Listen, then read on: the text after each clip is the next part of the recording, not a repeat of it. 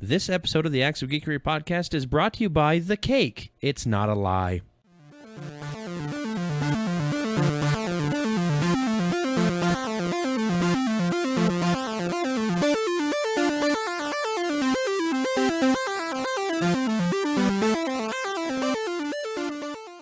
Hello, and welcome to the Acts of Geekery podcast, episode 38. I'm Corey. And I'm Scott. He's very good. Yes, he's very good. We are the Brothers Geek, here to bring you all the things in the world of geekdom.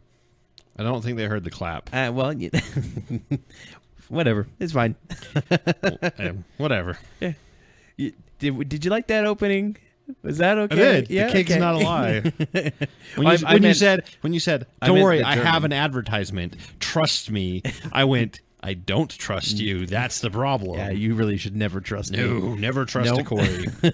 Never trust a bunch of liars and thieves. Never trust anyone named Corey. Nope. And never trust anyone named The News. Excuse me, Mr. Stark. Christine Everhart, Vanity Fair magazine. Can I ask you a couple of questions? She's cute. She's all right. Hi. Hi. Yeah. It's okay? Okay, go. You've been called the Da Vinci of our time. What do you say to that? Absolutely ridiculous. I don't paint. And what do you say to your other nickname, the Merchant of Death? That's not bad. Corey? Yes. Excellent segue there. Thank you. I don't think that anyone in the professional newscasting... They will see that and they'll be like, that was an excellent segue. No, they would not. I love right here, looking right across the table from me, I love your new Deep Space Nine space station that you have. I do too. In fact, I have been meaning to make a Acts of Geekery video covering the Starships collection from Eagle Moss. Yep. So. Well, you know what? We'll have to put that on the docket. I know we have Hearthstone stuff coming. It's in the editing process right now. So, yep, and it's looking pretty good. Yeah, I'm excited for it. But we're talking about the news here, Scott. That's right. We've got a lot of it, and we're gonna start with the sad news. You know. Well, not all sad, but you remember PBS before every program they'd have like, here's the kid's birthday today. Happy birthday to so and so. Well, that's kind of what we do at the Acts of Geekery. Except podcast. for most of these people aren't kids anymore. No. Yeah. Surprisingly, well, one of them still acts like a kid. Yeah, but we like him for that. So you want to start with the birthdays or the death? Let's do the death first. Okay. We've had a death in the family, and by death in the family, I mean death in the geek family, not the immediate family. And any of you family listening to this, you're still alive because you're listening to it. It's okay. Just stay awake. DC Comics creator Roger Silfer. I think I say his last name. I think so. He was the creator of a character that we know and love named Lobo. Oh, the main man. The main man. We love the main man. The only one who's ever killed Superman. Yep. Not in real canon. I take that back. I take that back. Yeah. Yeah, I was going to say Doomsday. Doomsday's done too, but... No. Doomsday put him into a Kryptonian coma. That's right. A punch coma. A punch coma. That's a thing, people. Yes. When when people come into the doctors, they're like, how did this happen? I'm sorry, ma'am. Your son's in a punch coma. Why? He was punched into a coma. Anyways, he created Lobo, and he got in a hit-and-run accident in 2012, and he's been struggling since then. He's lost a lot of motor function, and he had lost, a lot. He couldn't speak and stuff like that. But apparently, he was doing pretty well, and so they were moving him. I'm just gonna say it. You know what? Yeah. You know what? They were moving him from the nursing home that he was at to the emergency room for something, and he passed away on the way. Oh. Unfortunately. He was 60 years old, and that was on the 30th, so Monday. Oh. So we'll miss you. Yep. Roger, thank you for creating Lobo, a character that we love. I actually just read Lobo #1, the kind of redo, and it's got...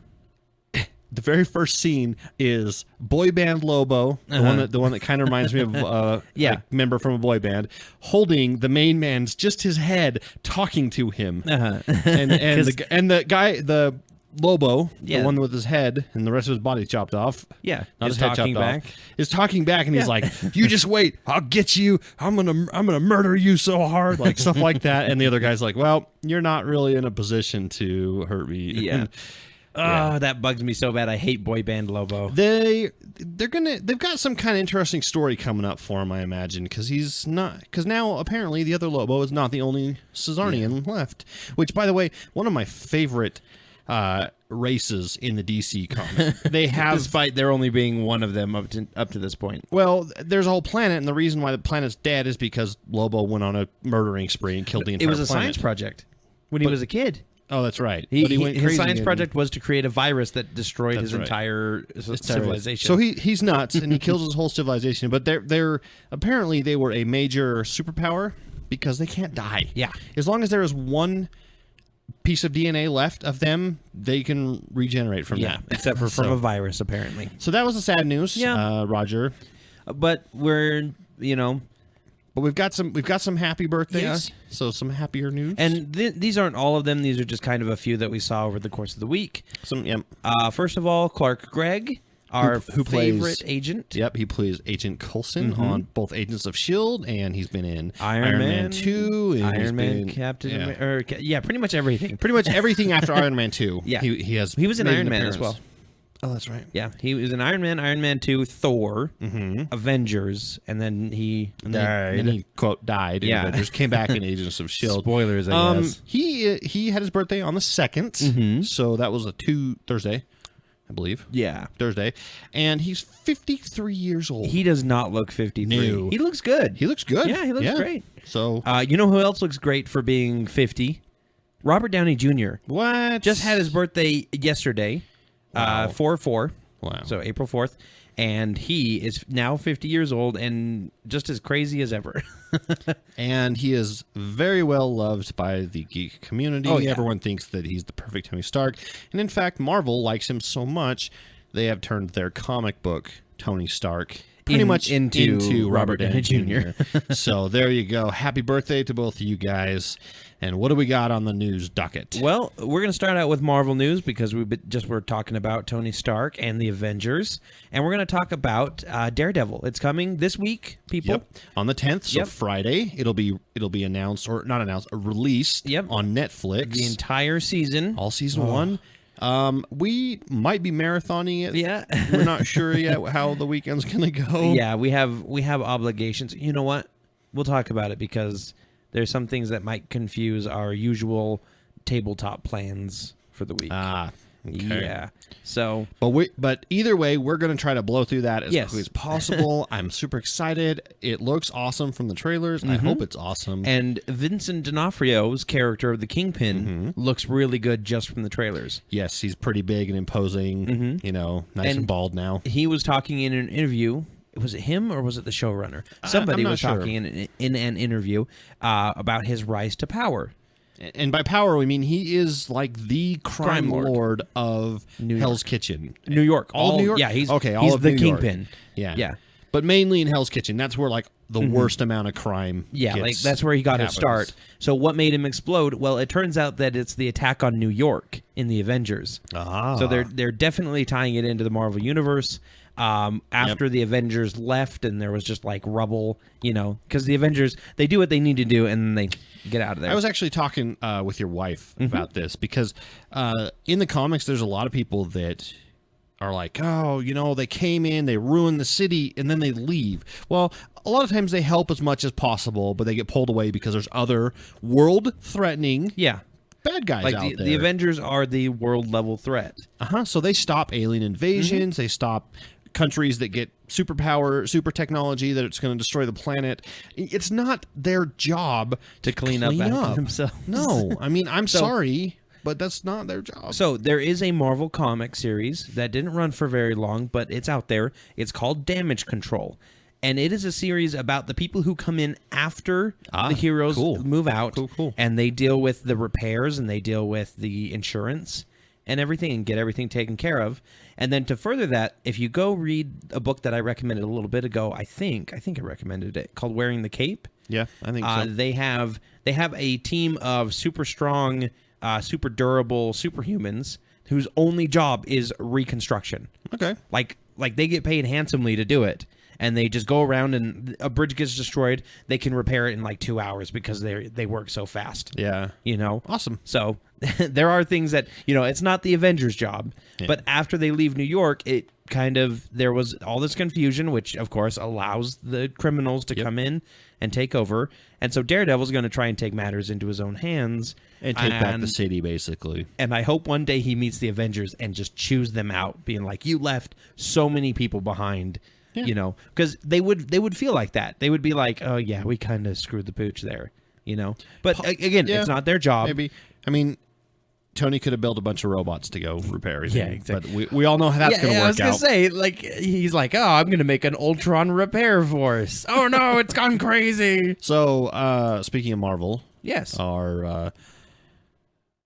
If we have a geek religion, this guy would be our pope. Yeah. Basically. Yep. Stan Lee. The great Stan Lee. It's great Stan Lee. Creator of Marvel. Yeah, no kidding. All hail Stan Lee. Well, you can own Stan Lee now, Scott. Yes, yeah. For the low price of like $29.99 or something. Probably a lot more than that, actually. Yeah. A company created a limited edition Stan Lee action figure. A company called Go Hero. And it's a 1/6 scale, which means he's 6 inches tall. Or no, 10. It's basically 7. It's basically it's actually 12 inches tall then, because it's based off a 6 foot tall person divided by sixes, so he's a foot tall. And only 1,000 of them are being made. Yeah, and let's see, he comes with a bunch. He comes with some interchangeable heads. The standard $50. That's not bad. Wait, that's shipping. I was gonna say that's not bad at all, because he comes with a lot of action figures. Don't come with actual clothing like this. Some of his interchangeable hands are the Spider-Man web. That's right. Love it. Okay, right. You should click on the order now link and see how much it is, because it looks. I bet you it's super expensive. Where's the order now link? It's at the top.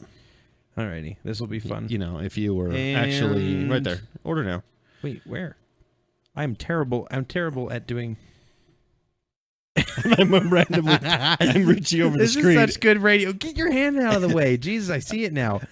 I'm reaching over Corey's laptop screen and just touching randomly where I think it's going to be. Holy crap. Okay, it's $250. Plus people. $50 international shipping. All right. Well, we're not international, so it's only $250 for us, probably, with $10 shipping. Oh, yeah. If you love Stan Lee? If you love Stan Lee that much, you can go ahead and get a Stan Lee action figure. Hey, if I had the money, was great radio. If I had the money, I probably would buy it. Yeah. Oh, Scott, I'm going to let you talk about this next news, but I have to tell you, I'm really excited about the news after it. Well, great. Now you're going to make mine sound terrible. Just go, quick. Speaking of other toys. I can't hold it in. I'm going to mute you, okay? There you go. It doesn't work. I don't know. You can still hear me on the other one. The company Hot Toys makes a ton of action figures. Mm-hmm. I've got Jim Raynor from StarCraft coming in, and they've made all the Tony Stark Iron Man suits that have like 40 points of articulation, all interchangeable stuff, and they're really cool. They're about 20 inches tall collectibles. They've released a life-size Hulk and Hulkbuster. Nice. So Hulkbuster, not for sale, I'm assuming. Not yet. I believe they are going to be for sale though. Why? Who's got that kind of money lying around? Hey, Sideshow Collectibles, I talked about them a while ago. They actually have a life-size Hulk there. They did before, and they have like a life-size Batman and stuff like that. You can buy, and they're in the $8,000 to $10,000 range. Well, Hot Toys is going to have one, and Hulk is 9 feet tall, and Hulkbuster, I believe, is 12 or 13 feet tall.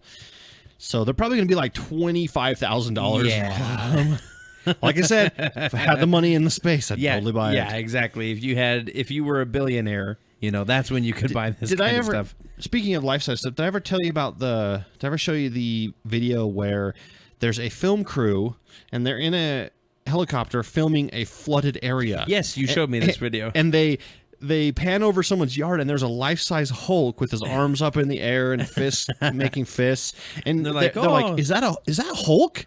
That's a hook in the yard, and all of a sudden the owner runs out and like flexes, and then runs back inside, and they just started laughing. I was like, "That's perfect. That's perfect. If I ever have that chance and there's a helicopter busting around, I'm gonna run outside and flex for him." Anyways, let's get to yours that you're so excited for. All right. So, just so everybody knows, April Fools happened this week, which means on April Fools there was a lot of don't trust the internet. Don't trust the internet day. But this came out April Fools, but their April Fool's joke was that Deadpool would be PG-13. It's going to be rated R. Yes. And we have actually in trailers and videos, there's actually a video, an announcement of this, and it's great, and we'll talk about it later. Yeah. But I would just like to say, best April Fool's joke ever if they were April Foolsing us that early, being like, it's going to be PG-13. Well, and we've talked many times, you can't do Deadpool without it being rated R. Exactly. It will not be a real Deadpool movie. We have some Days of Future Past news because, that movie's still in production? No. So it came out, and during production, they actually cut all of Anna Paquin's scenes as Rogue. Who plays Rogue, yeah. Mm-hmm. Well, they decided that they're going to come out with that special edition with all of her footage put back in. Probably on the release of the movie. Well, it's already out. Oh, yeah, that's right. The movie's out. Mm-hmm. So the footage is coming, and originally... So if you really want to see this, you'll have to rebuy the movie. Yeah, exactly. Basically, it's a cash grab. Yep. Because they could have put it in the first one, but didn't. So initially, we thought they were going to be about 11 or 12 minutes of it, and Bryan Singer tweeted, no, that's wrong. It's actually about 17 or 18 minutes. So if you like Rogue and you like Anna Paquin... Which I don't. Exciting news for you. Yeah. For us, don't really care too much. Yeah. I never liked her character. If she dies... Like Halle Berry died. Like Halle Berry dies. Watching Storm die in that movie was the best part of that movie. It was great. All the rest of them, I was sad they died, but Storm dying, I was like, yeah, go Sentinels. The only time you're cheering for the bad guy is when Halle Berry's on screen. Gosh, she ruined Storm. Yeah, she really did. Mm-hmm. She ruined Catwoman for a while, too. That's true. Mm-hmm. She's, she ruined her for a long time. Yes. Last bit of Marvel news is actually not Marvel news, but it's still kind of Marvel news. So, Age of Ultron's coming out next month, guys. Be prepared for it. We've already got our tickets? Yep, we keep saying that, and that's almost as exciting as Deadpool being rated R. I know. And they just announced that a full Star Wars Force Awakens trailer will be coming with Age of Ultron. Oh, fantastic. Which I cannot wait for. Like, that, I don't know what it is about that trailer. I was not that huge of a Star Wars fan until I saw that trailer, and I was just like, I got to find out all I can about this show. Even your wife. Yeah. Even your wife that hates Star Wars and rarely watches them. And she was like, oh, I got chills. Wow, that's cool. I got to see that. So exciting. Yes. Exciting. We'll and then DC responded, or Warner Brothers responded and be like, oh, yeah, okay, so you guys have a Force Awakens trailer? Well, how about a Dawn of Justice trailer before Mad Max? Sweet. So like 2 weeks later. Yes. So we're going to have, I believe. So we're going to have a bunch of people going to see Mad Max just for the Dawn of Justice trailer. Even if I wasn't fairly excited for Mad Max, especially after seeing the new Fury Road trailer, which we should talk about as well. Oh, yeah, we didn't put that in the... I know we've talked about a million of them, but guess what? This is like the official one, and it is nuts. Yeah. In a good way. And it actually tells you what's going on. Right. Even if I wasn't excited for Mad Max, I would go just for Batman vs. Superman. In fact, the only reason I went to, was it The Avengers? In IMAX 3D? Yeah. No, it was Hobbit. Mm-hmm. The only reason I went to Hobbit in 3D, which I usually don't like 3D movies, I went because there was 9 minutes of footage from Star Trek Into Darkness. I was like, I don't care. I even told these guys, I will pay. Yeah, I will pay for the extra for your tickets for it, just so I can go see this. Which I was fine with it. That ended up being really fun. Yeah, it was really IMAX. Cool. I wish we would have seen Pacific Rim in IMAX. That would have been neat. Like number 2, we're gonna have to do IMAX, D-box seats, the whole shebang. IMAX 3D with D-box. Immerse yourself in the experience. I want to get punched in the face by a giant robot. That's how they should advertise it. Come to our theaters. And we say D-box, and if you're not in Utah, D-box is basically motion chairs. You sit in them, they move, they vibrate, they shake, and they shift around and stuff. And I think they even as some theaters have like the air burst. So like if you get splashed with water, it feels like you're being splashed with water. Yeah. And it's usually extra. It's usually $5 extra or something like that. You pay extra to get air blown in your face. I know. I will pay extra to get punched in the face by a giant robot. Speaking of Mad Max, while we're on the subject of it, okay. Mad Max, Tom Hardy, who's going to be the new Mad Max, has signed on for... The movie is not about him, by the way. No, it's about Charlize Theron's character mostly. He's just kind of there. And doesn't it take place between the first and the second movie? Between the first and second of the old movies. Mm-hmm. Well, he's signed on for 3 more Mad Max movies after this one. So we're going to get him as Mad Max for a while. Let's hope he does good. I hope this movie sucks me in and doesn't let go. And just rocks. Mm-hmm. I think it'll be great. If it's any good, if it's anywhere as good as what's the one we just saw today? Fast and Furious 7. Okay. Wow, we're just there. Yeah. If it's anywhere as good as that, I'll probably be pretty okay. Yeah. With it, so. I think even if it's a little bit, it's not that hard to get past Fast and the Furious 7. But I find it funny that DC decided to release their trailer now. Yeah, they're like, oh yeah, we'll do that so you guys will watch our Warner Brothers movie. Right. Which, it's going to be Friday and they're going to release the trailer online. Unfortunately, DC has been playing a lot of catch up. Yeah. Well, that's what DC does with movies these days. TV shows, they're doing fantastic. They don't need to catch up at all. No, they're blowing them away. Mark, so. if you haven't watched any Flash episode, catch up just to see Mark Hamill as the Trickster. Oh my gosh. That was fantastic. Such a good episode. Every episode, twists, turns, nods to the comics. Things like, that holy just cow. blow your mind, and then put it back together just to blow it up again. Right, exactly. Let's see. DC News. Jesse Eisenberg. Mm-hmm. We saw him bald last week. And we said, he looks so much better, and we were glad that he was actually bald. Well, he says he was terrified of going bald for the role. Yeah, he said he's never shaved his head for any role ever. He felt really cold all the time. Yeah, which happens if you've ever cut your hair really short after it being fairly long. Yeah. It's freezing. You're like, freezing my gosh, for a couple days. How did I ever survive? Mm-hmm. Yeah, and it's just because you're sculpt. That's it. I'm saying that one. I'm making up words all day. Yeah, you're fine. This is the new word, the new word a day podcast. Sculpt. Even though it's not a new word, I'm using it in a new way. Your scalp is not used to it, but he said that was terrifying. He felt like he could injure his head a lot easier because he had no protection, which hair doesn't really protect you. Hair does not. All it does is mask the fact that you've gotten hurt. Yeah, it's just like, oh, your hair's extra red today. No, that's just blood. I'm getting kind of woozy. I have had a head injury before. It bleeds like crazy. It is not fun at all. I was full on running around putting bandages on it, and I had like blood running down my face. People would walk up to me and be like, "Are you okay?" And it's like, "No, I have a head wound. What do you think?" Yeah, when you go into the hospital, if you have a head wound, they help you right away because you can lose limbs, you can puncture your stomach and stuff, and it's bad. But it's not as bad as your brain cage being hurt. Yeah, exactly. So they'll still ask you if you're okay. That always bugs me about hospitals. Like when I went in for the ER for some situation, I walk up holding a bucket half full of like blood and vomit, and walk up to the lady. This is a great story for the podcast. Walk up to the lady, and she turns to me and goes, "Are you okay?" And I've got Did you just show her the crap bucket running down my face and everything, and I'm just like, no. Blood, vomit, and crap. What was wrong with you?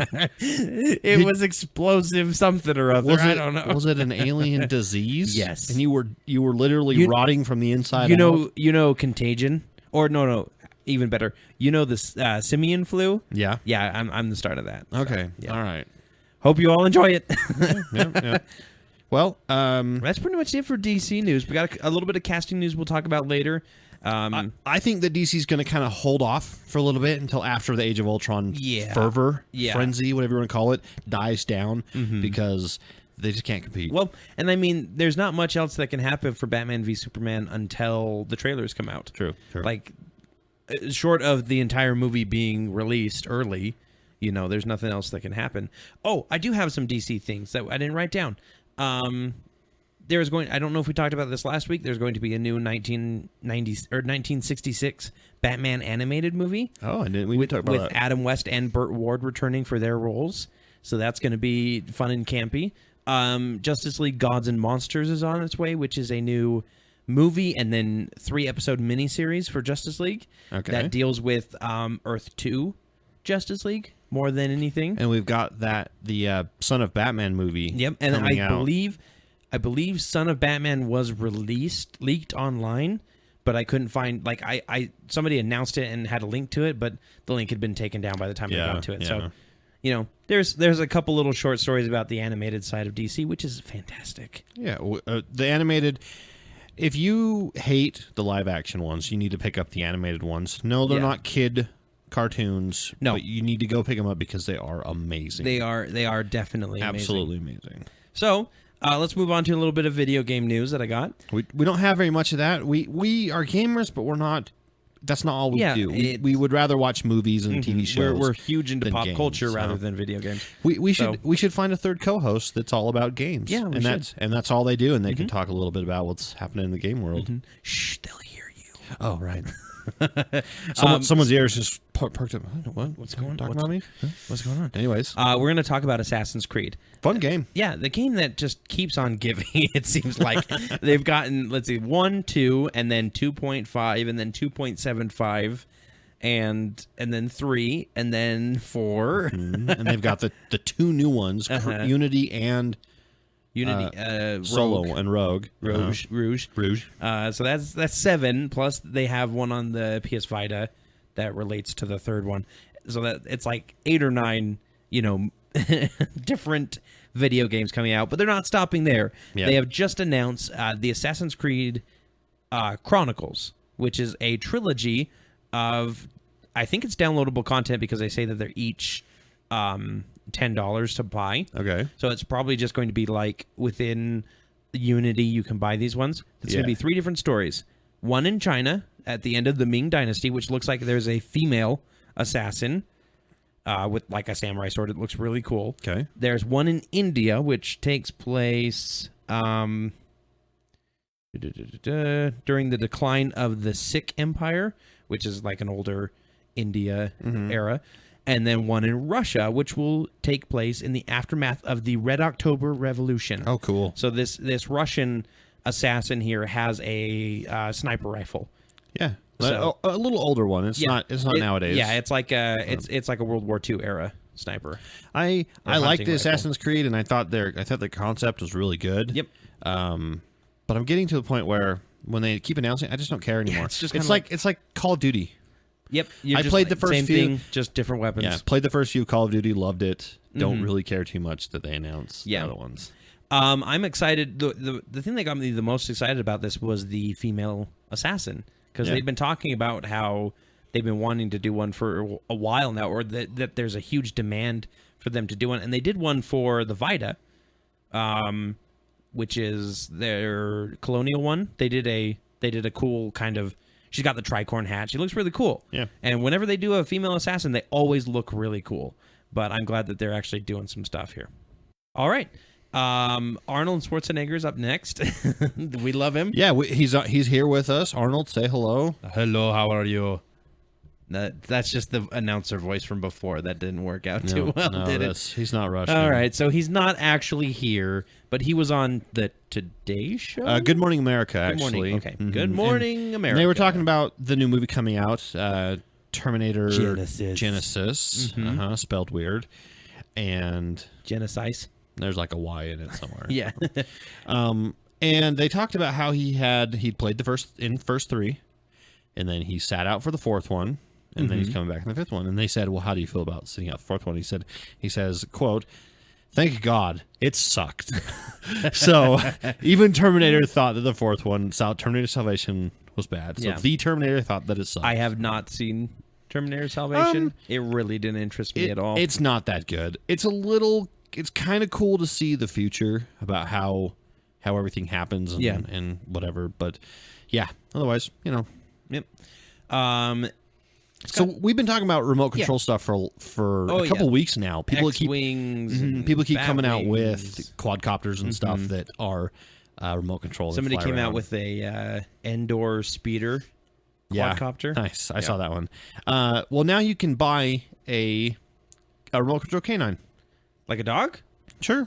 Yeah. Yeah. Okay, just like, I mean, they have those already. I know. So they've had those for years. Well, this is K9 from Doctor Who. Oh. If you like Doctor Who, you'll know what I'm talking about, the little robot dog. Yep. So. He happened to be in, like, I think he was in one episode in the David Tennant series. No, I think he was in a couple, actually. Okay. I've only seen him in one because as far as I've watched. He's a fun little companion robot thing, and you can get a 1/4 scale. 1/4 scale, so he's not as big, but that's good. And he talks. The little probe in his nose extends. He wiggles his ears and moves his head around. Everything that K9 can do. And he's also remote controllable from your smartphone. Oh, which nice. Everything seems to be nowadays.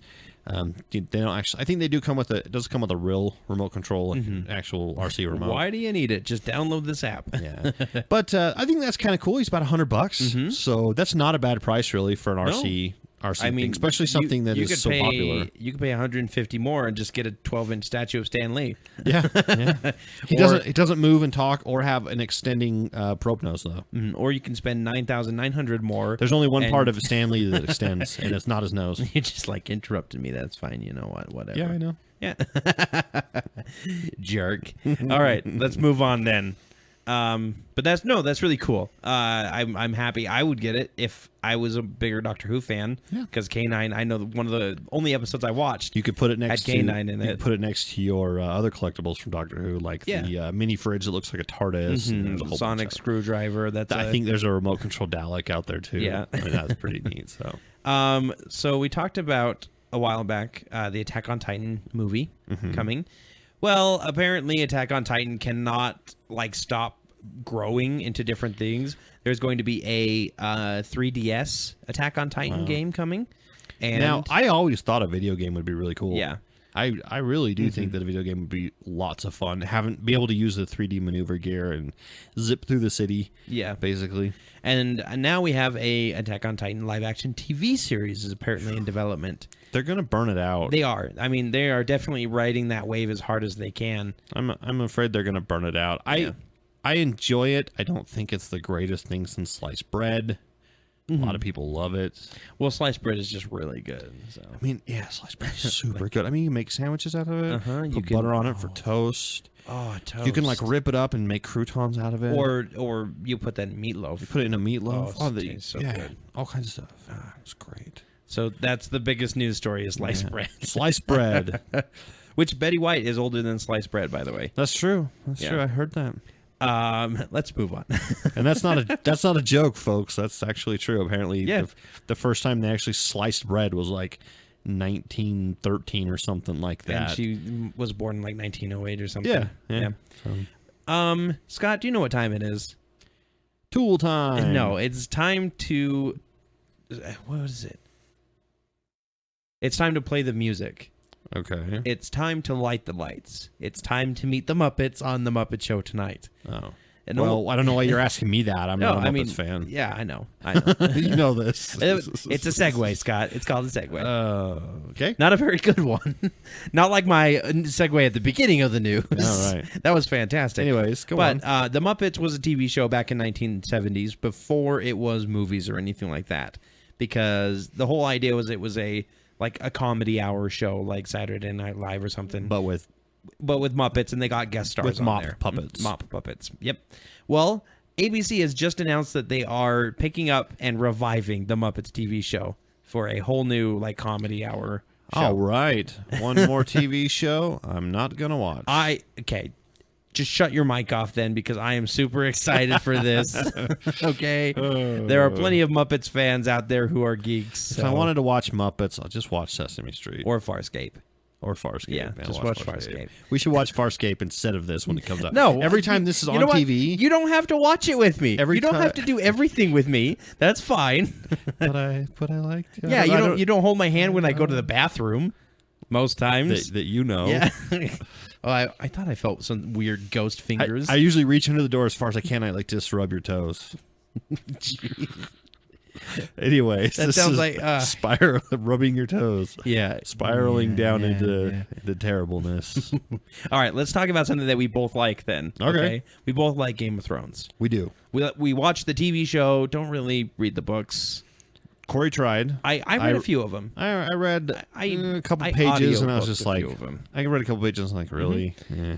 Yeah, it's very difficult to get through. But the big question on everybody's mind is, when is George R. Martin going to come out with his next book, The Winds of Winter?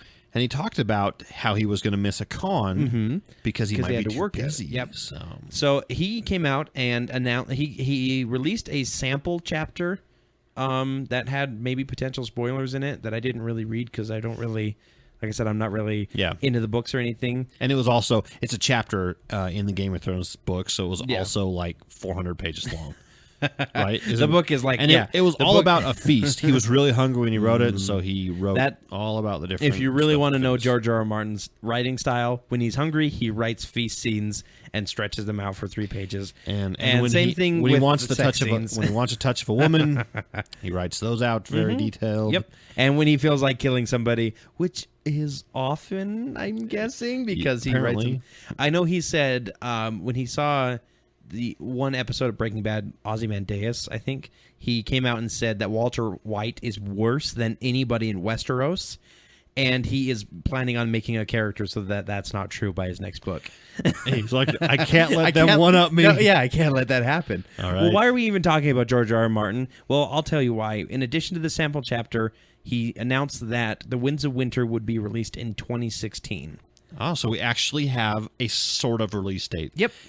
Fans have been waiting for this for years and years, because it's been, 5 years since the last book? I have no idea. Yeah, and everyone's like, get it done before you die. Please, you're too old. Yeah, I'm sure there's a group of fans who stalk him, not to stalk him, but just to protect him. I really wish we need a soundboard so I can just push that George R. R. Martin laughing button.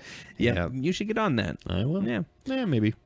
We also have a little bit of Disney news that I'm excited for. A couple, actually. We talked about this a little bit ago, where we were talking about Cinderella and the other movies that Disney could do.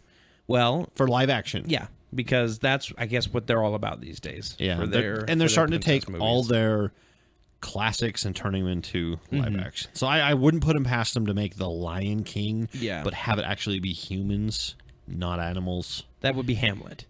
I know. I'm just saying. I know, and I'm just saying. We've already seen the Cinderella story 100 times. It's true. It never stopped Disney from making it. That's true. And apparently made a lot of money. A lot of people liked it. Yeah. We were kind of meh on it. So they got Beauty and the Beast coming already. Well, they announced that they're going to do a live-action Mulan remake. Nice. And the first question my wife had when she heard that, she said, "Is Ming-Na Wen going to be Mulan?" And I'm like, I hope so. She's really good. So yeah, maybe.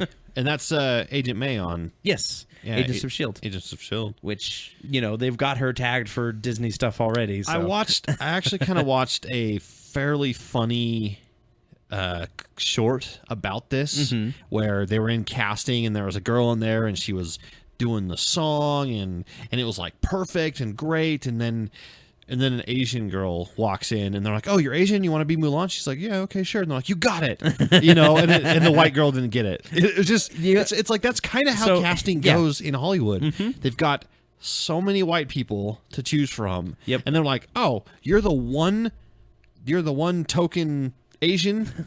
Okay, great, you got it. It's your job now." I don't necessarily think that's a bad thing to cast an Asian as an Asian character. No, I'm not saying that. I'm just saying there's very little diversity in Hollywood where they have a lot to choose from. Yeah, exactly. They don't. Lucy Liu gets most Asian roles.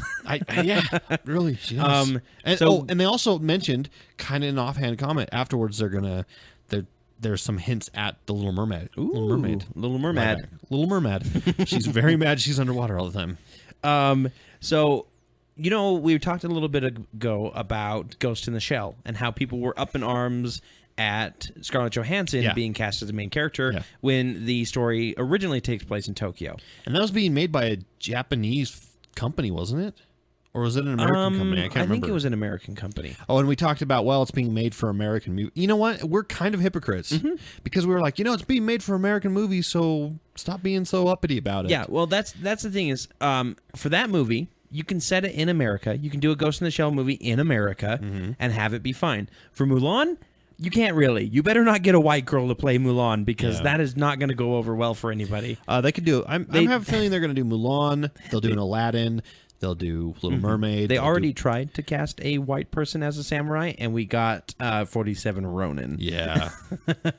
We also got The Last Samurai, though. They were also there. Yeah, with Tom Cruise. That's right. Is on Netflix, by the way. Mm-hmm.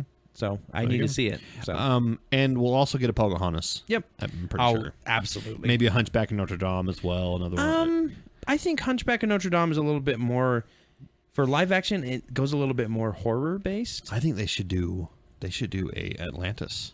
Oh yeah, I would love that. That'd be pretty cool. That would be absolutely amazing. Wait, they did. It's called Journey to the Center of the Earth. Oh, I thought it was going to be called Brendan Fraser. Or they didn't go to Atlantis. I know. I'm just saying they go into an underground world. No, it's called Stargate Atlantis. Scott, true. With Jason Momoa. Yeah. As Aquaman. Nope. Never mind. Ronin. Aqua Ronin. Aqua Ronin. Okay, let's go ahead and get into the casting couch portion of the news. Our last little bit here.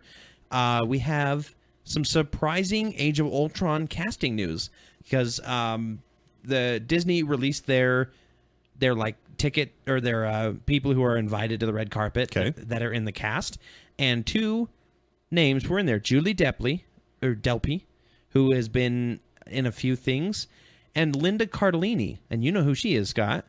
No, it doesn't. Not off the name. I don't. She was Velma in the Scooby-Doo live action movies. Oh, that's right. Mm-hmm. And then there's Julie Delpy. She's okay. Yeah. So they were surprise cast members, and they said, "Yeah, this isn't a typo. We're in the movie." So I don't know what their part is in the movie. It's going to be more cameos. Yeah, it's going to be more heroes, superhero cameos around the world fighting Ultron bots. They talked about the possibility of introducing Amadeus Cho. Oh, cool! Which, yeah, it's super exciting. We both are huge Cho fans. So let's see, who do they have to pick from? We were just talking about they don't have very many people to pick from for an Asian character. Jackie Chan. Oh, jeez. No, I don't think he can play. I don't think he can play a super intelligent person. I'm sorry. He's probably a really smart, nice guy. Yeah. He's never been cast in a role. He's always where, the bumbling. Yeah, the drunken foo. Basically, yes. They even make fun of that in the Monkey Kingdom or Forbidden Kingdom. Yeah. Now I'm going to put this to you, and we're going to pull up a picture here. Linda Cardellini, who was in ER. She was also in Grandma's Boy and everything. Oh yeah, she's the okay. Yeah, I had to assume it's Grandma's Boy. Yeah. I know who that is. So, her, Captain Marvel. Possibly. Yeah.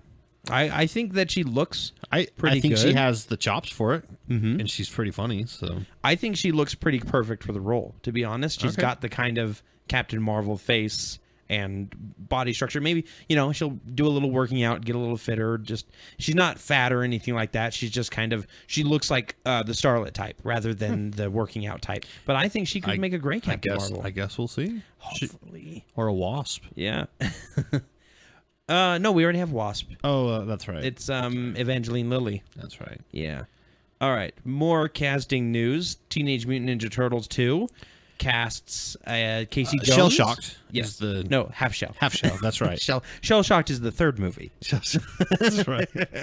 Shell Splosion. Shell Splosion. Because it's Michael Bay. Yes, exactly. So Casey Jones, one of my favorite characters in the Teenage Mutant Ninja Turtles. Okay, I love the old live action Teenage Mutant Turtles. I think they're terrible, but they're awesome at the same time. Funny. And Casey Jones is great in that. Well, you're going to get a new Casey Jones in the form of Stephen Amell. Oh. Arrow. Okay. On one hand, I think that he's actually a pretty good actor. I think he could pull it off. Kind of feel like he's going down a step from Arrow.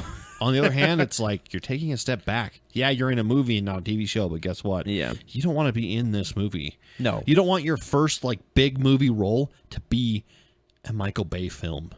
Yeah, you kind of want to avoid that. I know that they've already got that Victoria's Secret model who's going to have no career in theater after this. True.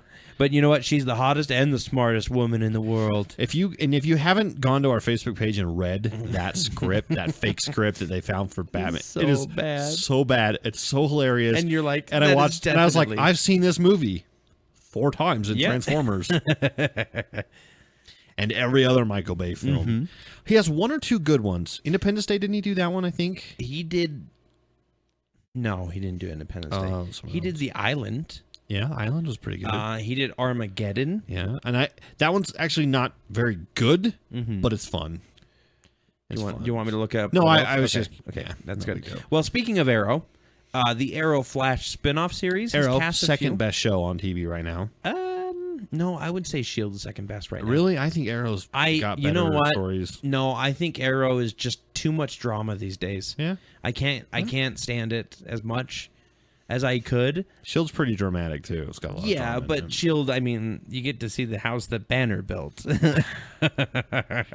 Spoiler alert. Oh, sorry. That people don't know what that is. So we talked a little bit ago about the spin-off show having 3 members that we haven't heard from yet. Yeah, the spin-off show that has unyet titled, not titled it yet, and we're thinking Justice League America or Justice League Unlimited or something like that. It should just be Flaro spin-off show. Yeah, Flash Arrow. Just like the Walking Dead Power Hour. Yep. The Flash Arrow Power Hour. Yeah. But we talked about a few characters and who we thought they could be. Well, they have announced that Arthur Darvill, who is in Doctor Who, he is Rory for the Matt Smith Doctor. He's one of the companions. He will be playing the role of Rip Hunter, Time Hunter.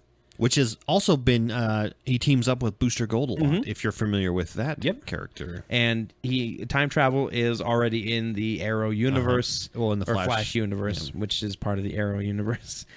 And then we also have that Sierra?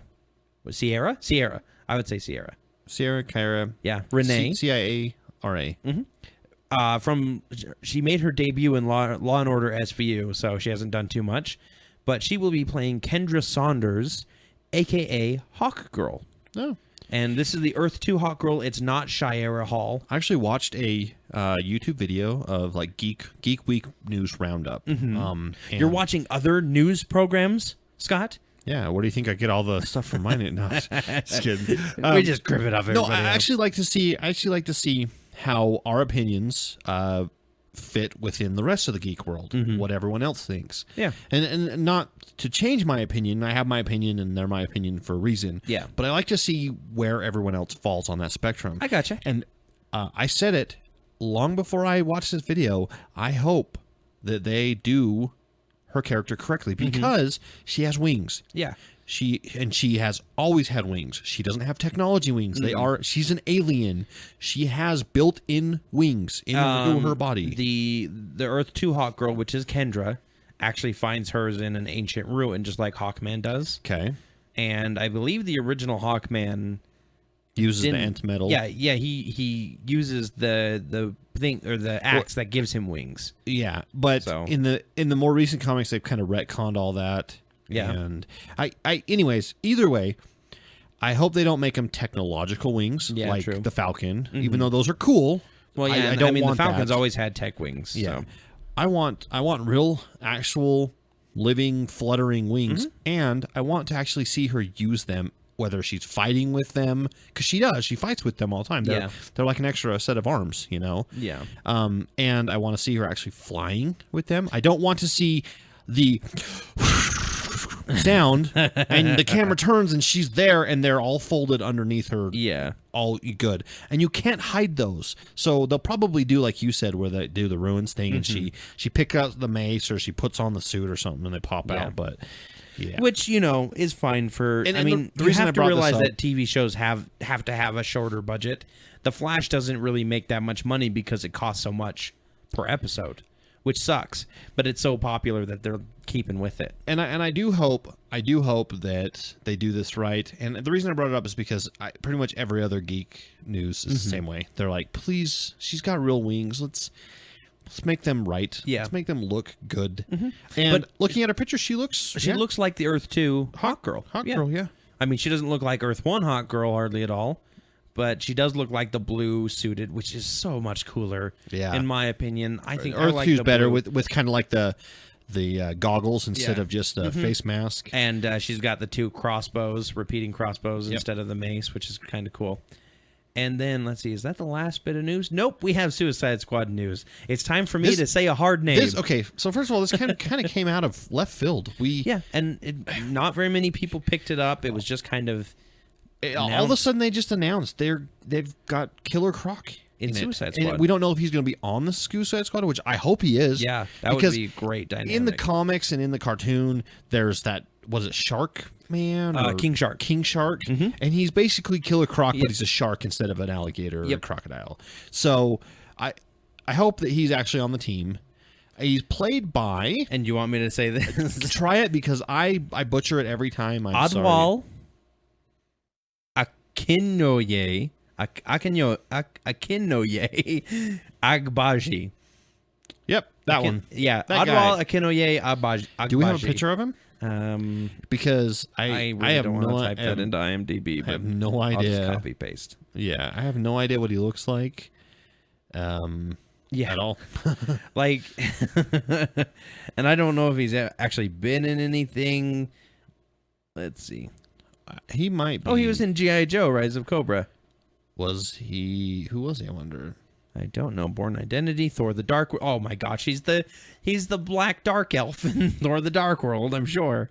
Oh, the one that turns into the big monster thingy. Yep. Algrim / Curse. Okay. And let's see, who was he in... Well, he was in the remake of The Thing, which was terrible. He was heavy duty in G.I. Joe. Yeah. Rise of Cobra. He was in Lost as Mr. Echo. Okay. So, all right. I mean, there you go. Don't know the name, know the face. Yep. And he's Wombazi in The Born Identity. Okay. And so that's good. That's good. I was a little like, who? I don't know. And then who? And then we looked him up just a second ago, and now I'm like, okay. Yeah. Great. And I hope they do Killer Croc as part of the team. And I don't know how they'll make him look. I hope they make him. Well, I mean, it's a movie, so they have a bigger budget. Yeah. He'll be good. But no, I mean, are they going to make him long-snouted Croc, or are they going to make him It'll be flat human-sized head, isn't it like the Batman games or like that? Aren't they? The Batman games, and pretty much actually that's how Croc is. Yeah. He's not ever really portrayed with the snout. You're thinking the lizard. Oh, that's true. I am thinking lizard. Yeah. Same thing. So we're probably going to see the Carnival Freak version where he's got the flat face, but big that is mouth. really He's creepy. going to look like a Goomba from Mario Brothers. Freaks my wife out in Arkham Asylum, by the way. She hates the Killer Croc portion. Oh, yeah. Because, like, she'll, you have to sit there and you have to walk silently, and then all of a sudden he'll burst out of nowhere and start running at you. It scares her to death. I love it. All righty. Well, that's going to do it for the news, so let's go ahead and get into our reviews. How'd it go? Went that bad, huh? Just because I brought pizza back from New York doesn't mean it went bad. Uh-huh. Sure doesn't. Oh, boy. All right, we got a lot of reviews to go through today, so let's get started. We're going to get started with the new movie that we saw, Fast and the Furious 7. Yeah, and you might be saying, well, that's not a geek movie. Well, it kind of is. It's kind of in its own universe. Yeah. The laws of physics don't really apply. It's definitely science fiction. I mean, characters do things that are almost superhuman, throwing other people across the room and stuff like falling that. 4 stories and barely breaking any bones. That heal within a week? Talk about The Rock's character. Yeah. He gets thrown out of a building on top of another car, and another person lands on top of him. He gets a broken bone, he gets a broken arm, and a collarbone, 2 fractured bones in his leg. Then, 2/3 through the movie, he's like, okay, gotta go to work, and he just like flexes and breaks out of his cast and then walks away. And I'm saying this, and you might be like, man, you sound like you hated the movie. Actually, no. Okay, so I don't really watch the Fast and the Furious. You don't. You're not a car guy, and you never really thought it was good or entertaining. Yeah, I mean, and then they've started to change it from being just a movie about car races and speed and everything like that to being about an action sequence. They're basically becoming an Expendables team. Yeah, where they go out and they do a job to help people out. And in this case, from the previous one, they captured a guy named somebody Shaw. I can't remember his first name. Yeah, and his brother, which is played by the guy that plays every other character, any British hitman or action hero. Yeah. Jason Statham. And so he basically vows revenge on everyone. Yeah. So lots of crazy stuff happens. There's no substance to this movie. Explosions, cars through buildings, cars flipping over the top of each other, cars doing things that there's no way in heck they should ever be able to do. A car slamming at full speed on top of another car and then being able to back off of being able to back up and yeah. Because if you know anything about cars, you know that's not possible. If you know anything about physics or science, you know that that's possible. However, saying all that, I still really enjoyed this movie. I had fun. I had a lot of fun. I thought I kind of just gave them a pass basically for this kind of thing. Two cars ram into each other at full speed, and sorry about that, folks. With Benny Hill music going. Benny Hill music going in the background. They ram into each other at full speed, and the two people get out of the car and fight. And it's like, no, they would both be going to the hospital. However, even though I give them a pass, I'm like, yeah, whatever. Yeah. I'll say, first 20 minutes I was like, oh, this is just painful. I could tell every time they would say a line or something, and they're always like cheesy one-liners, so like get the gang back together. Yeah, and stuff like that. First of all, my wife pointed out to me, Michelle Rodriguez has no lines that mean anything in that movie. Nope. She doesn't say one thing that really means something until I would say she's there to be like the pretty face. I don't really think she's pretty though. No, not really. She's in that same category of actresses that always needs a bath. Megan Fox is the prime example. And I'm not like, oh, she's dirty. No, like she physically went outside, rubbed a bunch of dirt on her face, and then went and she's dirty. And she's needs filthy. But about 30 minutes in, I started being like, my brain started shutting down and being like, okay, just enjoy the action. They go all around the world. They have to basically. Kurt Russell is my favorite character in the whole thing. Yeah, he shows up out of nowhere, and you're like, because he's not in the trailers. Yeah, and he's totally crazy. The Rock's character, Agent Hobbs, he's only really there for about 20 minutes, but he does really good. I want more with him, so I'm gonna have to go watch. You have to go watch the previous two. Exactly. So he's in both of them pretty good. And yeah, I mean, like I said, they do things that are, like I said, superhuman. At one point, they walk into a billionaire's garage, and Vin Diesel literally picks up the front of a supercar. And yeah, it may be a carbon fiber, all aluminum frame. It's still going to be so freaking heavy. Yeah. It's still going to be at least 1,000 pounds to lift like that. And he just like nothing. Yeah. And I'm like, and then so the other guy could crawl underneath it and get some computer part out. Which, did you notice? They spend all this time underneath trying to get to the computer part, can't get to it, so they steal the car and drive it through a couple buildings. And he just punches through the dash in the top and grabs the computer part. Like 20 seconds. Come on. That's so bad. Why didn't you just do that in the first place then? Well, they were trying to keep a low profile, Scott. They were already in the room. I know. Punching through the car dash. Anyways, like I said, really cheesy effects. Well, the effects are actually really good, the way they did them, but really cheesy lines. It's just a dumb action movie. But it's fun. I had a lot of fun. I will say one thing. They had a very nice tribute to Paul Walker at the end. I almost teared up a little bit. I character... don't really watch any of the Fast and the Furious movies, and I was kind of like, oh, that's really sad. That because it is these characters saying goodbye. And it's these actors that are getting their final farewell to Paul Walker too. And there's been a lot of them have been voicing a lot of stuff about Paul Walker. They talk about how this movie's dedicated to him, and which is fine. That's great. And so they'll probably just write him out in the next one. Brian's not gonna. Brian O'Connor, the character, he's not gonna join us. He's taking care of his family. Yep, exactly. But here's his brother. Whatever his brother's name, O'Connor. Something Walker. No, his actual brother. But anyways, yeah, they did a really good tribute at the end with a bunch of scenes from all the different movies together. With Vin Diesel kind of doing like a voiceover narrating thing, which he actually has a really good voice. He does have a very good voice. He has some crappy, goofy lines. You get to see just how far this movie has come, because when they did the first one, it is definitely like early 2000s, late 1990s. Yeah, it looks so different. And a lot of actors, when they get older, they get fatter. Just as a general rule, your muscles grow bigger as you get older. Vin Diesel only gets more muscly. like if you've seen him in the first one, he's muscled, but he's kind of lean muscled. Yeah. And in this one, he's just He's big. He literally cannot move his arms throughout the movie. I don't know if you noticed, like, unless he's making a big swinging motion with his arms, they stay in the same kind of flexed position, and it's like he can't. The director probably told him, "Hey, walk around and flex all the time." Yes. He's like, "What if I have to point?" And he's like, point with your nipple. I don't care. Just over oink. there. Yeah. So, what would you rate it? 3. 3? Yeah. I'm going to rate it 4 out of 5 because I'm a car fan. I loved watching the car stuff in it. And as far as the Fast and Furious franchise goes, I thought this was the best one. Yep. All right. Now, you said we had a lot of reviews. Yeah. What you mean is we're actually going to kind of go over real quick some old movies we've been watching. Yes. So, again, Age of Ultron is coming. We already have our tickets. Yes, we already have our tickets. That's going to be Age of Ultron. We already have our tickets. That is what it should be called. That's the tagline for Age of Ultron. You've already got your tickets. So we decided, because before Avengers, we went through Marvel Phase 1. Uh-huh. We watched all the movies in a row, and it was fun. It was a lot of fun. Well, we haven't really seen those movies in a while.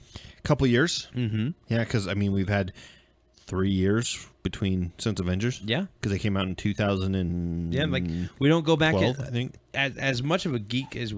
much of geeks as we are, we don't go back and watch Iron Man all the time. There's too much content to already digest anyways, let alone being able to go rewatch. So we kind of decided we're going to do this. We're going to go through Phase 1 and Phase 2. Yep. And in this case, Phase 2 will end at Age of Ultron. Yep, and we're going to end a little bit early, just because the way we timed it out. But so for this week, we watched Iron Man, The Incredible Hulk, and Iron Man 2. And we're just going to retro review them because, let's face it, you guys weren't here when we reviewed them. Starting with, and those are in order, starting with number 1, Iron Man. I forgot just how good this movie was. Kicked off the Marvel... Goliath. Yeah. What else you want to call it? It is lightning in a bottle. Yes. You cannot capture it again. Yep. You've uncorked it. It's gone. It was amazing. You've already heard some. It's got stuff from it. Great one-liners. Reintroduced us to Robert Downey Jr. Yep. Showed us Iron Man on the big screen. That's never been done before. Yeah, and looks amazing. Surprisingly for 2008. So old, it holds up graphically. Yeah. Showed us Iron Man can be an A-team, an A-lister. Yep. He went from being a C-lister in the comics to now he is like the leader of the adventure. Yep. So I mean, obviously 5 out of 5 for that. Oh yeah, you get introduced to characters like Happy, Pepper Potts, Obadiah Stane, played by Jeff Bridges. The only role that I really like Jeff Bridges in, I have to admit. Really, I like him in a lot of stuff. Yeah, well, I don't. but he played a great. He went all bald, and he played Ironmonger. Was his bad guy name than actually say it. He did kind of say like we're Ironmongers, but it was more. Yeah, it was. This is us selling things. So we get introduced to that great movie. I'm right there with you. 5 out of 5. Love it. Coulson is your first look at Coulson. Him in the cave. Yeah, in the Middle East, building Mark 1 suit blew my mind in theaters. Blew it again watching it. It's great. Yeah. I love back and watch it, people. I love watching Tony at work. I love watching him build stuff. He can go out and fight all he wants. I could just watch you work all day. Yeah, basically, he can go out and fight all he wants. But when he's in the cave building stuff, he's in his garage building stuff. I mean, it's just awesome. Yeah, it's just so awesome. Next, Incredible Hulk, which Marvel has kind of purposely ignored. Yeah, they've introduced. I mean, they've been like, Avengers features the Hulk, but he doesn't have his own movie, even though his movie is part of the cinematic universe. The reason why Marvel doesn't do it is because the Hulk wasn't very successful in the box office. No, it was not. And B, Edward Norton was the Hulk and Bruce Banner, and he didn't go on to play him in the Avengers, so they introduced Mark Ruffalo. He had his Hulk britches in a bunch. Yep. And he decided he didn't want to be part of the Marvel group. Yeah. And so they had to recast, and of course that's where we get Mark Ruffalo in the Avengers. But I think this is actually one of my favorites from Phase 1. I don't. I think this is the lowest point for the Marvel universe. Oh yeah. This one and the next one, Iron Man 2, almost killed the franchise. Okay. This I one, can see that, yeah. Because it was already a a barely blossoming franchise. In your mind, because the next one actually did fantastic at the box office. Yeah, well, yeah. I mean, you slap Iron Man on anything, it's fantastic. Yeah. But the Incredible Hulk kind of... It was like, does Marvel really have staying power after the Incredible flop? And a lot of people didn't think so. Yeah. So, Incredible Hulk, we get Bruce Banner, we get Betty Ross, we get General Ross, Thunderbolt Ross. Yep. We get introduced to the character that would eventually have become the leader. If they wouldn't have said, no, we're not doing any more Hulk movies. We get introduced to Emil Blonsky, which is the Abomination. Yeah. And, of course, we get introduced to the Hulk. Yep. Yes, I already said Banner, but guess what? The Hulk is his own character. He's his own thing. And in my opinion, the CG and the way they did this Hulk, I like better than I like Avengers Hulk. I'm going to have to agree with you. I like the idea behind the Avengers Hulk. This guy's 9 feet tall.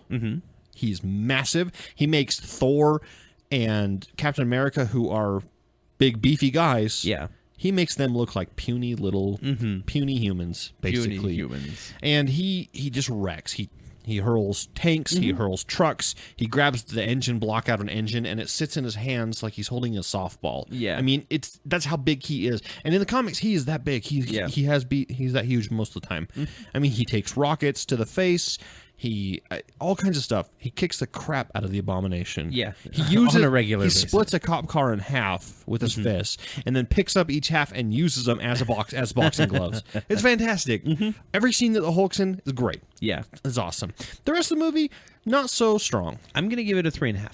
I'm gonna give it a 4 because I like it a little better than you do. Yep. But I really enjoyed it, and I'm sad that Norton.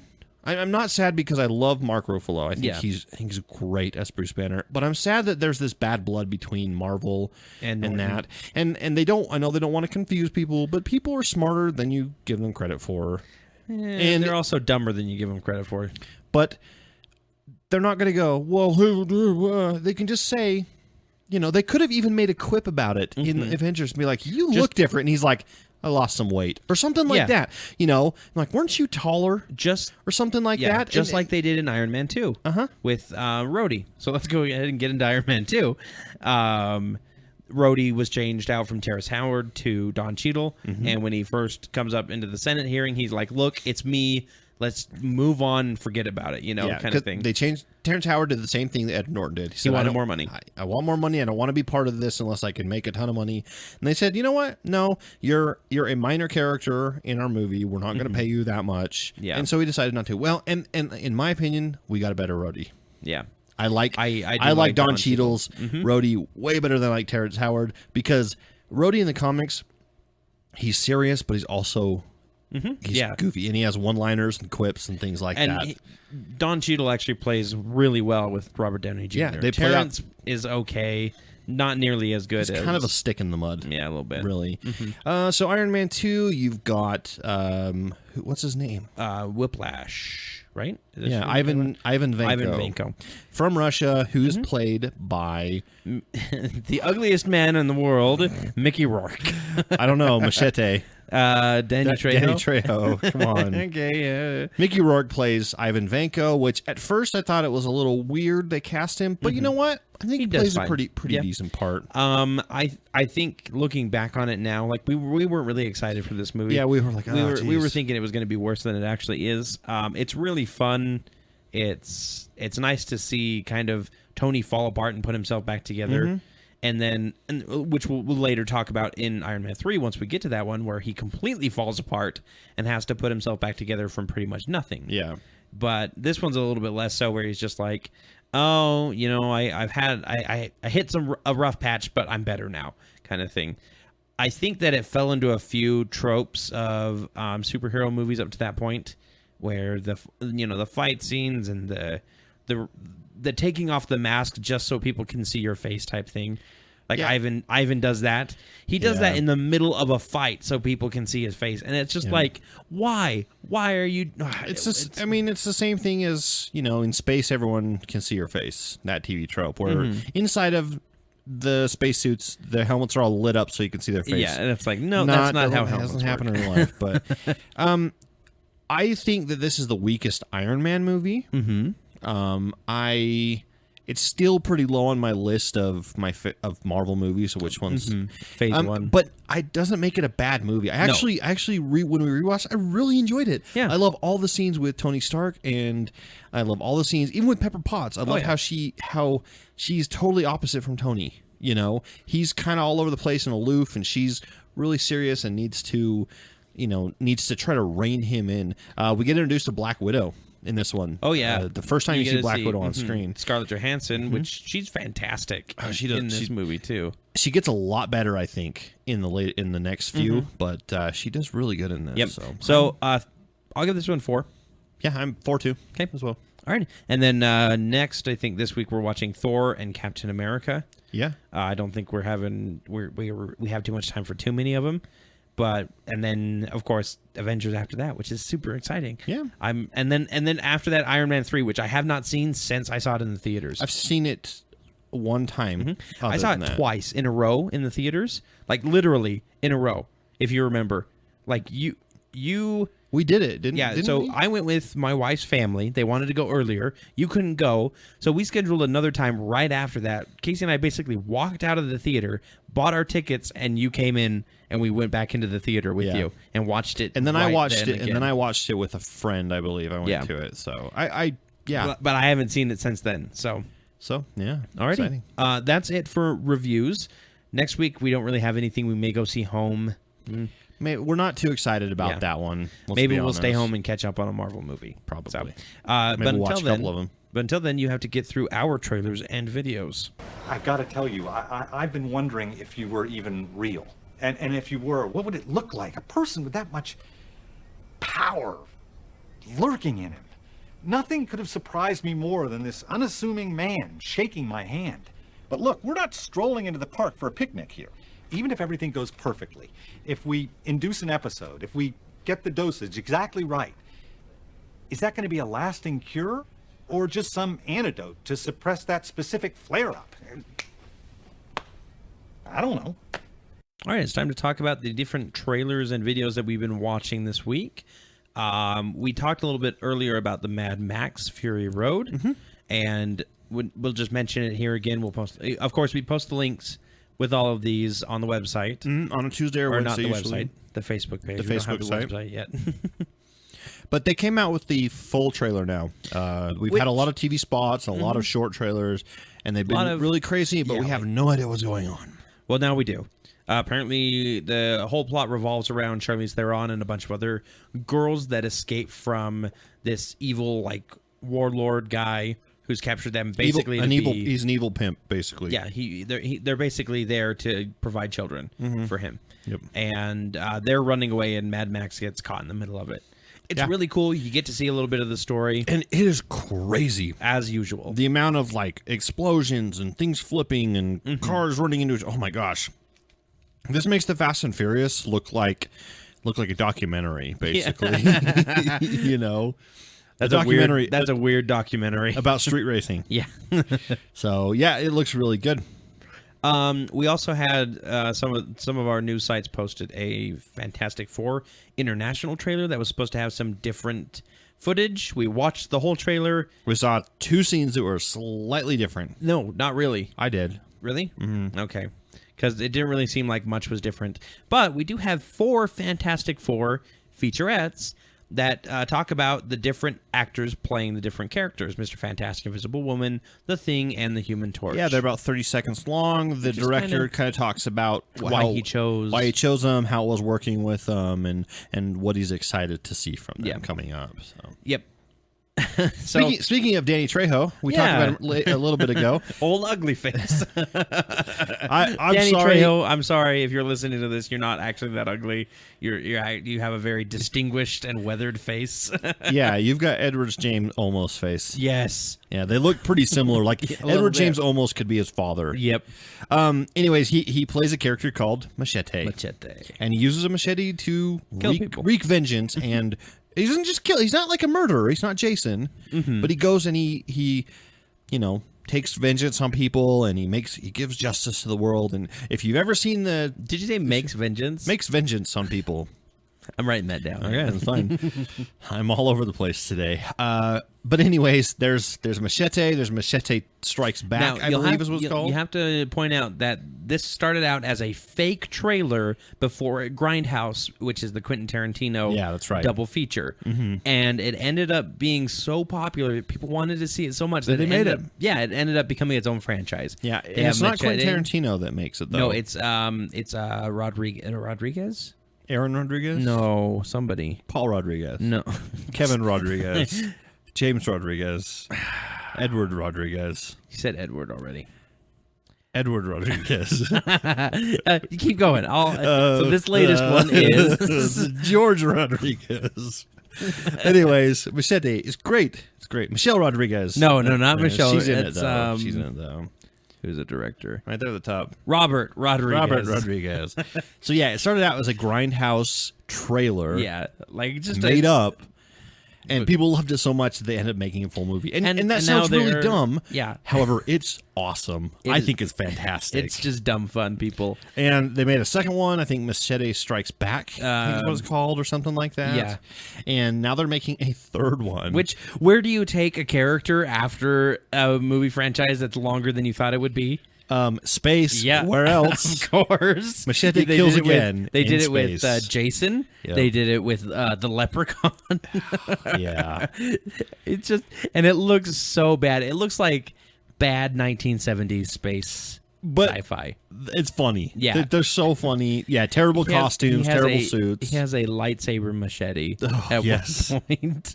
So if you really like Machete, there you go. Yeah.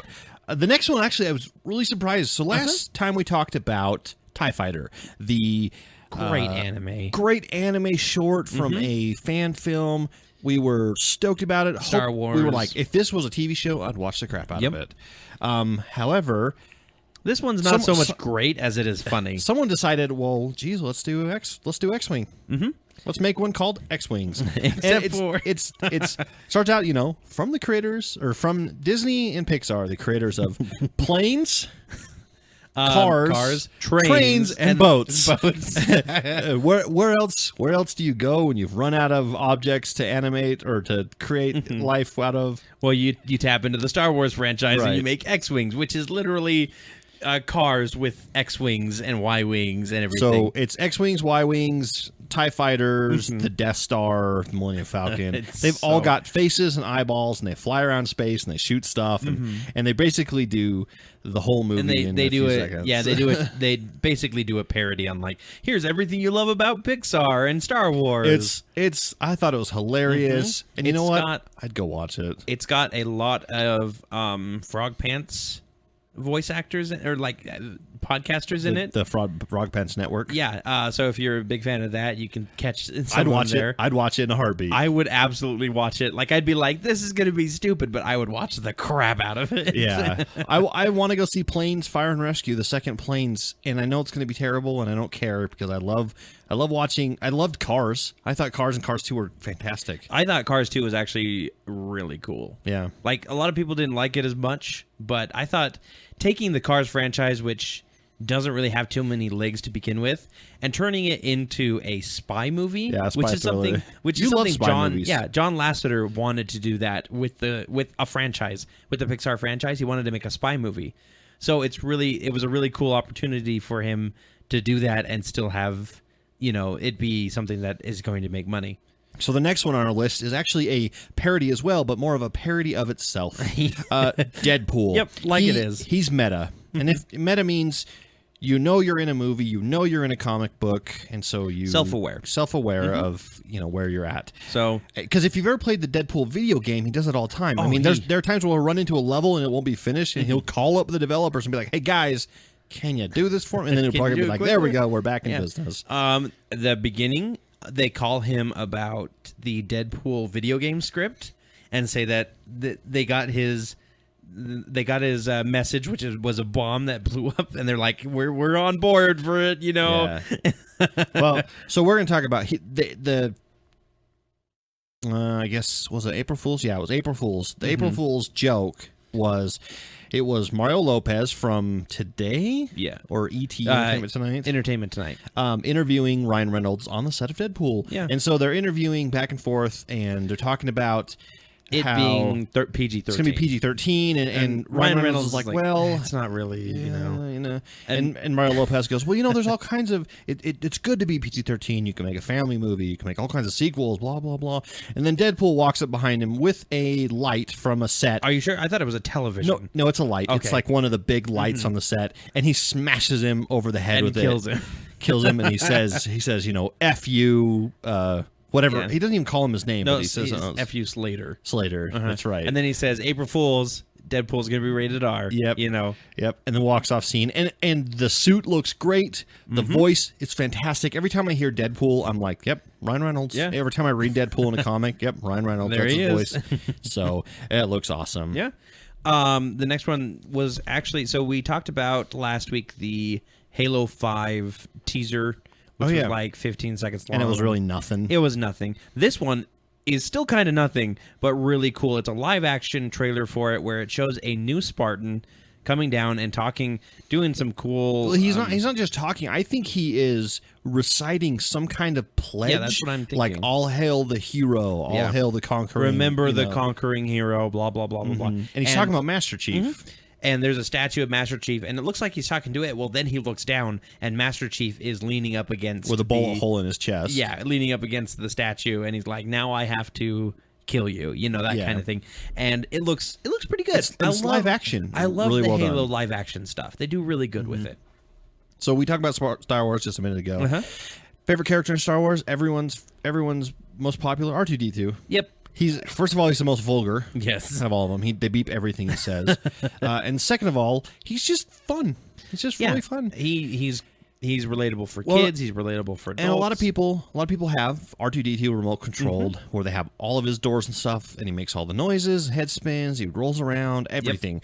He falls in love. There's a fan made short. He falls in love with a mailbox. Yep. And it's really funny. It's really well done. They've got a few different R2 bots in there. They pretty much have him doing everything R2. There's a guy walking up with letters, and he's about to mail something, and R2 chases him away, zapping him with the little taser probe. Yeah, it's really fun. We'll post that as well. Check it out. And the next one actually kind of found by accident.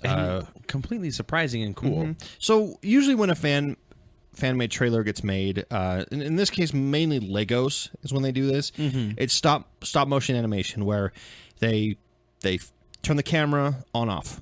And then they move the character just a little bit on off, move the character just a little bit on off. And it's supposed to make stationary objects move in an animated way. Yeah. Usually when fans do it, it's not that good. I'm sorry, but it's not that good. Yeah, try your best. There's plenty of them out there that were kind of like... This one is a stop motion Dragon Ball Z where they take a Goku action figure and a Brawly action figure from the movies. Yeah. And they fight. And the stop-go animation is very fluid. You hardly even notice it. They're fighting. They're shooting laser blasts back at each other. It's only about a minute and a half long. But I think the really impressive thing is eventually an actual fist from a guy comes down, help and fight Brawly. And a stop-go animation is already difficult as it is, but having a human element to it, where you have to, as you're coming in, you have to have the stop-go animation be with it. That takes some skill. It was really well done. I liked it a lot. At first, I was like, "Oh, it's fan-made and a stop-go. Okay. Probably gonna suck," but it was actually pretty good.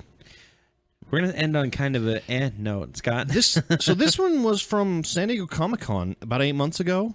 I didn't even know about it. It's got Norman Reedus in it, which is everyone's favorite character from The Walking Dead. I don't know why. All the girls love him, and they're like, "Oh, Daryl." You realize he hasn't showered in a year, people. Yeah. Come on. Or more than a year. Yeah, pretty much. Come on. He hasn't cut his hair anywhere. I mean, he's already a redneck. Which he's already filthy. So he's already filthy and stinky. But anyways, it's got him, and it's got Jimon Hansu, I think is how you say his name. We just call him Digimon. Yeah, I mean, his name looks like it's spelled Digimon. But I believe it's Jimon. He plays the guard in Guardians of the Galaxy. The one who? Star who? And the movie's called Air. Apparently, there's no air left on the planet or something. Basically, the tagline is, in the last livable place on Earth, 2 men guard the humanity's last hope, but they start to slip into insanity. Okay. So it's just between those two, we saw kind of a... Yeah, and the teaser was, I mean, I don't know. It was not even really a teaser. It was actually a trailer, but I don't know. Yeah. We'll see. It might come out with a better one, and we'll get some more plot and find out what happened, and we'll go from there. Yeah. Alrighty. That does it for trailers and videos. Let's go ahead and get into the picks of the week. You missed me. I missed it too. Blow something up. I already did that. I'm not saying that the world is enjoying its longest period of uninterrupted peace in years because of me. I'm not saying that from the ashes of captivity never has a greater phoenix metaphor been personified in human history. I'm not saying that Uncle Sam can kick back on a lawn chair, sipping on an iced tea, because I haven't come across anyone who's man enough to go toe-to-toe with me on my best day.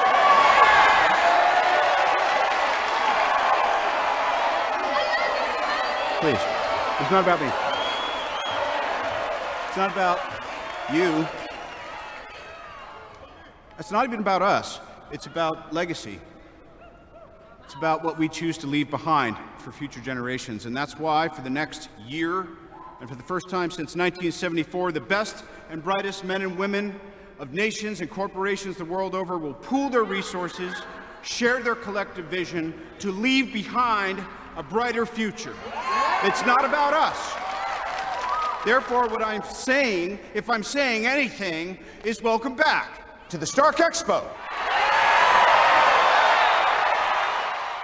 All right, it's time to tell you what we've been geeking out about this week. Yeah. Do you want to go first? Sure. Okay. Sure. I'll go first. So Marvel is having a big event right now in their comic book world. Yes, the Secret Wars that's going to be changing their whole universe. So they've already done Secret Wars before. It's not a rehash. It's a totally new set of stories. Yep. In order to celebrate, in June, Marvel will release the Secret Wars Battle Box set. Yep. Slipcase. Which comes with every comic in Secret Wars ever in a cool box set. In a pretty cool box that holds them all together. They're all graphic novel style. And inside there's a custom poster thing that folds open with it from one of the artists. And it's really cool. That's the kind of thing I'd be geek about. I'm probably have to pick it up just so I can see what Secret Wars is all about. Exactly. Secret Wars was the first introduction for the symbiote Spider-Man. Oh, cool. They've got Marvel Superheroes Secret Wars, Secret Wars 2, Volume 1, 2, 3, 4. And these are all hardcovers. They're not soft covers. So and don't they make a mural when you put them all together? Yes, when you put them all together, they're a mural of Galactus flying at a bunch of the heroes. So it's really cool. I love when they do that. When you put all the ends of the books together and they make up a mural of something. I think that's awesome. So it's 3,563 pages of material in the box. Wow! So you have a lot of catching up to do. It comes out June 3rd. So is there a price? There's not a price yet, but I'm sure it's going to be pretty pricey. Like 180, I would say. I would probably bet more than that for 3,000 pages. Probably like $200, $300. So I may not pick it up if it's that much, but if it's about 100 or so, 150, I might pick it up because I think that'd be a cool thing to have on the shelf, cool thing to be able to read through. Yep. So, and it'll kind of get me into what happened back in the Secret Wars, so I can kind of see what's going on now. If they relate at all. Yeah, they may or may not. So a couple weeks ago, I talked about a podcast that I was listening to for Star Wars geeks out there, Campaign. Okay. Super fun. I know a couple people who have picked it up on my recommendation, and they absolutely love it along with me. A bunch of improvers doing a tabletop RPG about the Star Wars setting, recording it, and it's basically like listening to a comedy show about Star Wars. That's how great it is, in my opinion. Well, a lot of people don't know that Campaign got its start in One Shot, which is another type of podcast where they do tabletop RPGs with different systems, and they do like 3 or 4 episodes with one session of a game, and that's it, a one-shot campaign. One Shot is really amazing, and I wanted to recommend that to everybody who was looking for maybe something that's a little bit more, a little bit less like newsy for your podcast, a little bit more entertaining because they have some great ones. If you love old action movies or crappy CW TV shows, they do scenarios in that universe all the time. It's absolutely fantastic, and you should all check it out. Sounds awesome. Yeah. Well, I think that's it. Yeah, that's it. Wow. If you, I mean, did you have anything you wanted to add, listener? Yeah, me in the car, at your office. Well, you can't just tell us over here. You have to email us at actsofgeekery@gmail.com. Or you need to go to our Facebook page, facebook.com/actsofgeekery. Or the YouTube page. I mean, go to youtube.com, search for Acts of Geekery. We post all the podcasts up there. And some other videos. That are coming really soon. I'm super excited. You can also find us, probably the most important place, on iTunes. Give us a 5-star review there and tell us what you thought, if we missed anything. Yep. And those are all ACTS, not AXE. That was weird. I don't usually do that. You also forgot Twitter. We're at Acts of Geekery, hashtag Acts of Geekery. Do we ever check the Twitter? I check it. Okay. Yeah. All right. As long as one Basically, of I us check it when it pops up and tells me I have a notification. Okay. All right. So. All right. So that's it, folks. Yeah, that's it. Episode 38 in the bag. Our bag of geekery. Yep. And join us next week for even more awesome fun. We'll have some more Marvel reviews. Maybe some other cool news. I don't know. I don't know what the news is going to be this week. I don't know. But until next time. It's going to be awesome. Yeah, until next time, I'm Corey. And I'm Scott. And we're the Brothers Geek. Keep geeking out. Luke, I am your father.